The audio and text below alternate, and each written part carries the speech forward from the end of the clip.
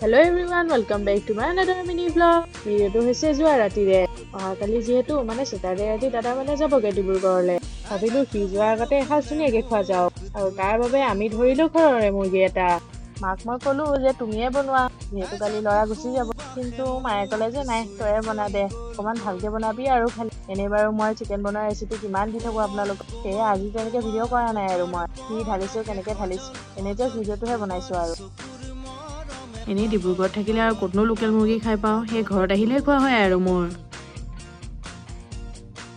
মই ইয়াত ধুনীয়াকৈ মাংস বনাই আছোঁ মায়ে আকৌ বাকী আইটেমবোৰ বনাই আছোঁ বাৰু আইটেম মানে বিশেষ একো নাই দালি চালি বনাই আছে আৰু মায়ে ঘৰৰে মুৰ্গী হ'লেও কিন্তু ডাঙৰ আছিল দেই মুৰ্গীটো মানে মাংস যথেষ্টখিনিয়ে ওলাইছে